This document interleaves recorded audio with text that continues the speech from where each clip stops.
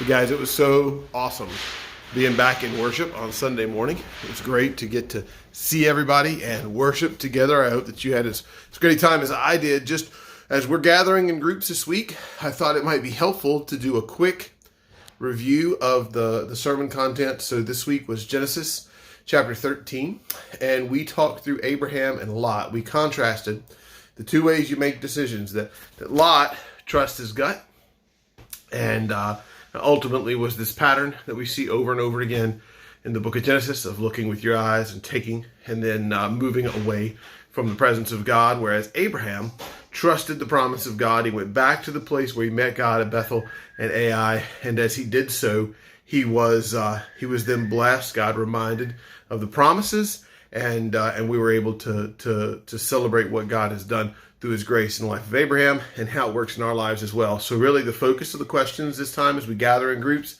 decision making, thinking through how we make decisions, and just thinking through the promises of God and how our faith in the promises of God ultimately is lived out through the choices that we make. We talked a lot about heaven versus hell is an easier decision than heaven versus earth.